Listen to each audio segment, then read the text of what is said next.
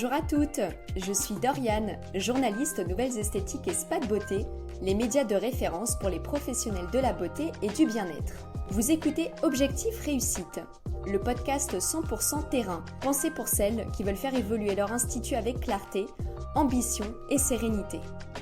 Dans chaque épisode, j'accueille un expert du secteur pour creuser ensemble une problématique concrète que vous rencontrez au quotidien en cabine. Qu'il s'agisse de fidélisation, de vente, de positionnement ou de carte de soins, ici pas de théorie floue. Vous repartez avec des clés pratiques et des idées actionnables à appliquer dès demain dans votre institut. Prête à faire passer votre activité au niveau supérieur ? Alors c'est parti pour l'épisode du jour. On s'intéresse aujourd'hui à un aspect souvent négligé et pourtant fondamental pour attirer les bonnes clientes, asseoir sa légitimité et créer un institut à son image, l'identité de marque. Nom, positionnement, identité visuelle, cohérence graphique, comment construire une image claire, incarnée, magnétique, qui reflète profondément qui vous êtes et ce que vous souhaitez transmettre à travers votre métier. Pour en parler, j'ai le plaisir d'accueillir Camille Watteau, experte en communication et marketing et cofondatrice de l'agence Inspire Design. Bonjour Camille. Bonjour Doriane. Est-ce que vous pouvez expliquer pourquoi ce sujet est intéressant pour une esthéticienne ?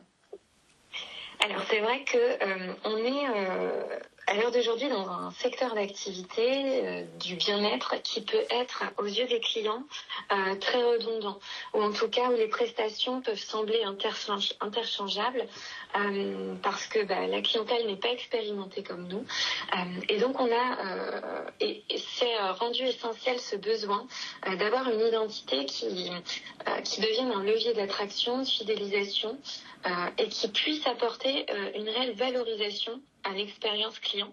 De manière très concrète, on prend souvent nous l'exemple des marques comme McDo ou Nespresso qui n'ont effectivement rien à voir avec nos secteurs d'activité, mais qui parlent bien. Le M de Nespresso, quand tout le monde le voit, la marque est tout de suite reconnaissable, qu'il soit associé à leur packaging de boîte ou sans la boîte. Et le M de McDo, c'est exactement pareil. Le M de McDo sur son paquet de frites est reconnaissable, mais seul, il l'est aussi. Et donc, l'objectif des marques du bien-être de demain est, je pense, d'avoir et de construire cette identité qui soit remarquable et surtout reconnaissable parmi mille, voilà, tout simplement. Et est-ce qu'il y a un événement ou une expérience particulière qui vous a amené à vous questionner sur ce sujet ? Alors nous, on n'a pas, tout ça n'est pas parti d'un suivi de tendance, seulement d'un constat simple. On a plein de professionnels qui viennent nous voir au quotidien parce que elles ont des pertes de chiffre d'affaires ou en tout cas pas forcément de montée. Elles manquent souvent de clarté ou d'alignement. Elles ont vraiment cette sensation d'avancer, elles, dans leurs pensées, dans leurs intuitions, sans forcément réussir à retranscrire tout ce qu'elles souhaitent diffuser à travers leur marque et à travers leur identité. Identité qui peut prendre plein de formes, l'identité visuelle, l'identité stratégique, il y a énormément de choses qui peuvent intervenir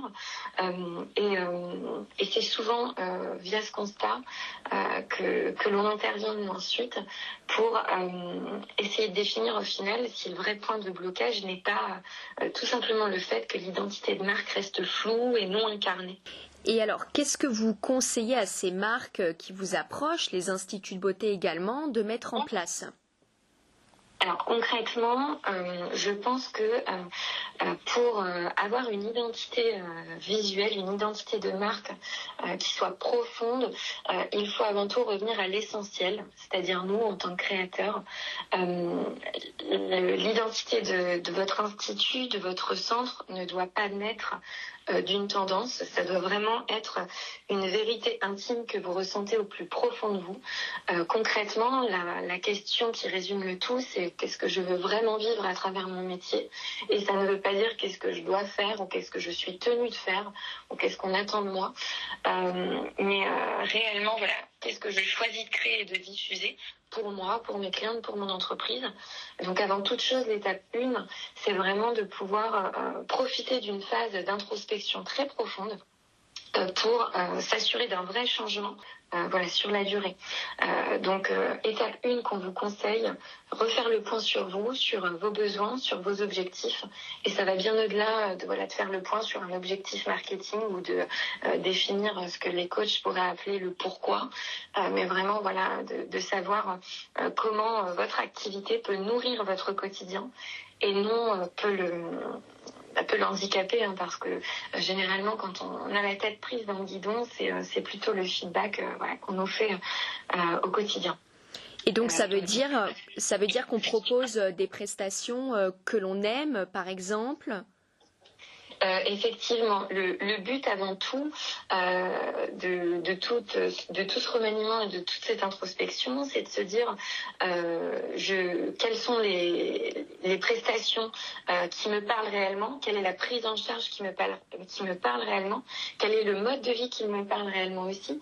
On a parfois des prestations qui nous plaisent beaucoup, mais qui nous demandent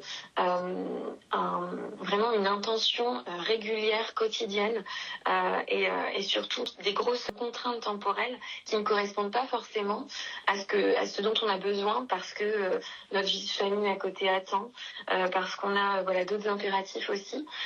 Donc le but est vraiment de pouvoir faire le point de manière globale sur ce que l'on souhaite réellement et pas qu'au niveau du business, pour qu'il y ait une vraie continuité qui se fasse dans toutes les heures de notre journée, pour qu'il y ait vraiment cette vraie sensation de plaisir qui peut se perdre aussi, et l'identité de marque permet de le redéfinir.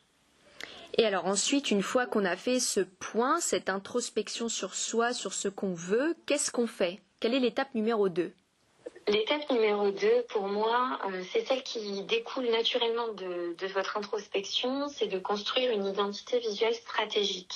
Avant même de penser logo, etc., posez-vous du coup sur le souhait que vous avez en termes de positionnement. Quel est l'endroit que vous souhaitez occuper dans l'esprit de vos clientes et surtout dans leur cœur, cibler réellement ce qui vous différencie, ce qui fait que votre adresse sera incontournable, et de manière un peu plus précise, cibler quelle place vous souhaitez prendre qui n'est pas encore prise sur le marché. Je m'explique pour donner un exemple à nouveau concret. Vous souhaitez que votre positionnement soit basé sur un concept de sur-mesure que l'on voit maintenant très souvent, s'adapter aux besoins de notre clientèle, en apportant de vraies valeurs ajoutées qui pourraient être des prestations que l'on ne retrouve pas forcément ailleurs.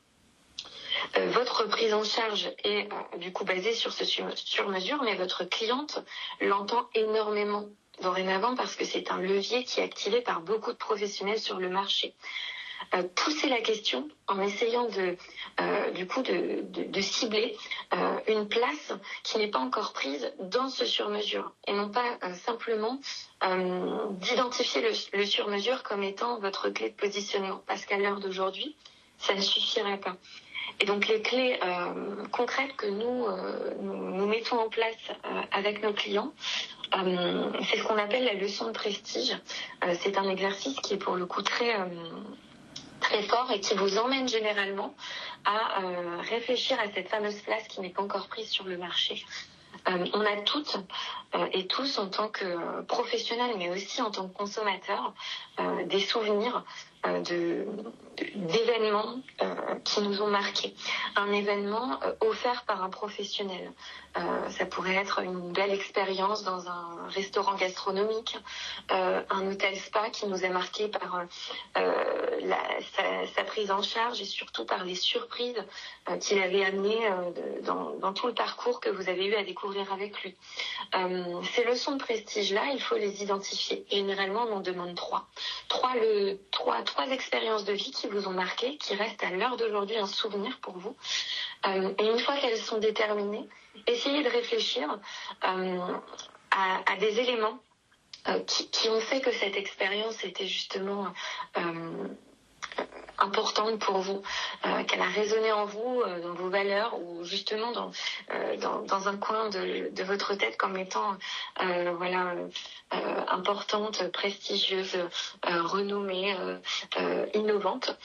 Ciblez tous ces éléments-là et essayez de les intégrer dans ce positionnement et dans ces valeurs ajoutées que vous essayez de déterminer. Le tout crée généralement une essence qui vous correspond et donc une place qui est tout doucement en train de se dessiner parce qu'elle vient du coup s'ancrer et se définir grâce à votre introspection, à vos émotions, tout ce que vous avez pu ressentir et à votre positionnement souhaité. Voilà. Et ensuite, quelle est l'étape numéro 3 ?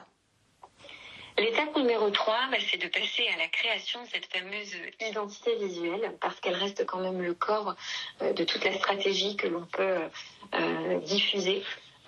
Pour être reconnaissable, il faut avant tout être reconnaissable visuellement. Et maintenant, l'identité visuelle ne correspond plus qu'à une simple création de logo. C'est une vraie histoire à raconter à votre clientèle, et donc elle se crée de manière très précise par l'imagination de plusieurs éléments. Tout d'abord le nom.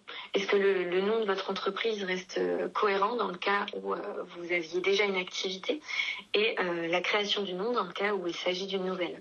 Faites toujours attention à ce que le nom soit court et différenciant.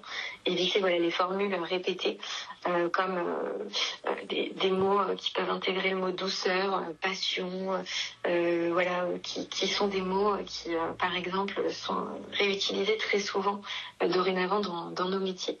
Une fois qu'on a ciblé notre nom, il faut passer à l'USP, qui doit être à lui seul percutant et cibler les valeurs ajoutées que vous avez du coup mûries lors de votre phase d'introspection.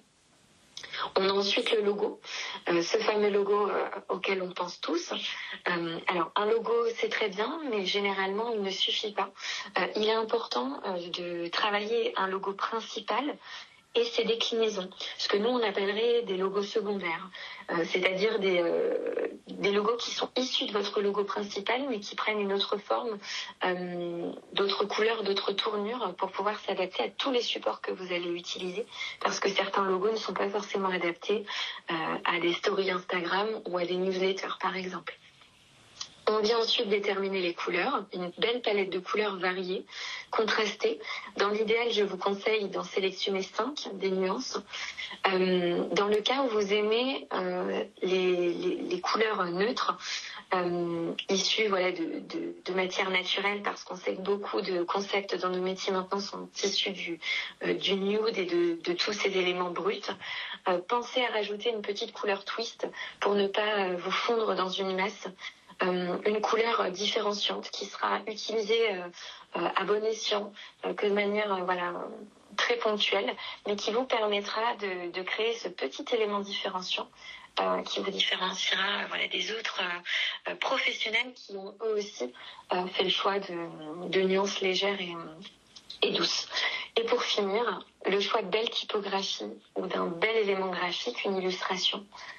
Et l'élément souvent oublié, ne négligez pas votre banque d'images et de vidéos. Quand on construit une identité visuelle, on pense toujours au logo, mais il est essentiel de pouvoir faire appel derrière à un vidéaste ou un photographe qui va retranscrire cette identité visuelle en éléments concrets. L'image et la vidéo pour que vous puissiez les diffuser et qu'elles vous appartiennent, parce que Canva et Pinterest c'est très bien, mais ça ne vous différencie pas. Et est-ce que vous pouvez expliquer l'étape numéro 4, Camille ? On décline ensuite son identité sur nos supports de communication, qu'ils soient physiques ou digitaux. Ce logo, ces couleurs doivent se retranscrire quelque part dans toute votre communication. Donc à cet instant-là, il est important de revoir votre parcours client, physique d'abord, en y intégrant des supports de communication qui viennent reprendre votre nouvelle identité de marque. Une carte de soins, carte cadeau, des affichages, fiche checking, ordonnance. Travaillez tout autant le design que la forme. Essayez de jouer sur les sensorialités, sur les choix de papier. Votre identité doit aussi se décliner sur l'essence, et donc les choix des impressions, les choix des prestataires interviennent comme des éléments essentiels à cette étape-là du parcours. Et donc une fois qu'on a travaillé le parcours client physique, il est ensuite essentiel de travailler votre parcours client digital. Et donc là, on active des outils que vous connaissez aussi tout autant. Un site internet qui vient reprendre ce nouveau logo, ces nouvelles couleurs, ces nouvelles variations. Une newsletter, des réseaux sociaux. Donc voilà, on a une tonne d'outils à travailler. L'essentiel est de cibler ceux qui seront adaptés pour vous et de les harmoniser surtout pour être reconnaissables et facilement identifiables. Et enfin, l'étape numéro 5, quelle est-elle ? C'est de définir sa stratégie de communication, ou en tout cas de la mettre en place. Vous avez jusqu'à présent travaillé une identité de marque qui vous correspond plus, qui sort de vos tripes, qui diffuse de belles émotions. Mais une identité qui ne se diffuse pas bien, c'est comme une lumière sous cloche. On donne souvent cet exemple. Et donc, il est essentiel de vous donner quelques tips à ce sujet. Identifier, comme je l'expliquais juste avant, certains canaux de diffusion. Au minimum 3, au maximum 4 pour commencer. Identifier ceux qui seront les plus vus sur le papier par votre audience, donc Instagram, Facebook, de la publicité locale, publicité digitale, peu importe. Le seul point important est de déterminer dès le départ la récurrence. Si vous souhaitez que cette action soit mise en place de manière mensuelle, de manière hebdomadaire, l'essentiel est vraiment de se tenir à cette récurrence-là. Dans le cas où vous savez que des actions de communication sont bonnes à mettre en place, mais ne seront pas forcément faciles à diffuser seul au quotidien, n'hésitez pas à déléguer dès le départ pour que le rythme de la machine soit tenu, parce que c'est vraiment essentiel. L'autre tip que l'on peut vous donner pour cette stratégie de communication, c'est de veiller toujours à vous ouvrir à l'extérieur et à ce qui vous entoure, de travailler constamment votre allure, votre leadership, pour nourrir toujours une pensée qui marque, qui vient aussi s'ancrer dans l'air du temps et qui continue toujours d'innover. Si vous avez fait un super travail jusqu'à présent, que vous le diffusez, mais que vous oubliez cette étape clé, vous risquez dans 1, 2, 3 ans de retourner sur une identité de marque has-been, alors qu'elle aurait pu tout simplement être alimentée par un état d'esprit régulièrement ouvert à la nouveauté. Et quelle est la fausse bonne idée qu'on a tendance à avoir en tant qu'esthéticienne par rapport à toute cette stratégie que vous détaillez depuis le début de l'épisode ? Alors, nous, on explique qu'il est très important toujours de s'inspirer de tout, mais jamais des autres au final. Car la fausse bonne idée, c'est souvent de s'inspirer des acteurs qui sont présents dans notre secteur d'activité.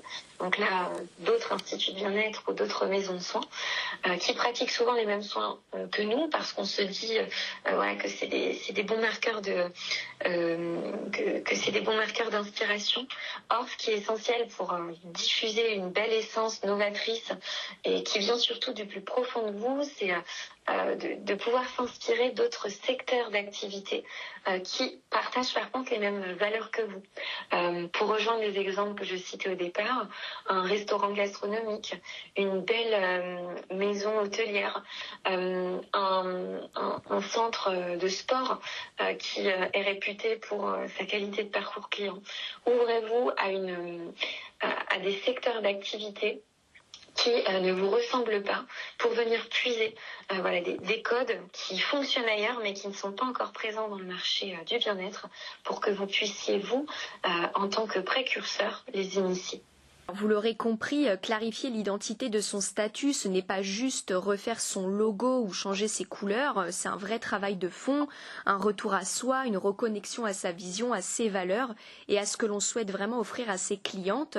Donc que vous soyez en train de lancer votre activité ou dans une phase de repositionnement, prenez le temps de cette introspection. C'est souvent là que naissent les plus belles marques, les plus belles maisons de soins, celles qui vibrent, qui se démarquent et qui durent. Si certaines esthéticiennes veulent en savoir plus sur votre approche, Camille, elles vous contactent comment ? Alors, elles peuvent nous contacter sur Instagram via le nom Inspire Design tout attaché .communication ou sur notre site internet www.inspire-design.fr. Merci Camille. Merci Doriane. Si ce format vous plaît, pensez à vous abonner et à découvrir nos autres épisodes d'Objectif Réussite. Des astuces, des méthodes, des outils, toujours pensés pour vous, esthéticiennes et pros du bien-être. À très vite dans un prochain épisode.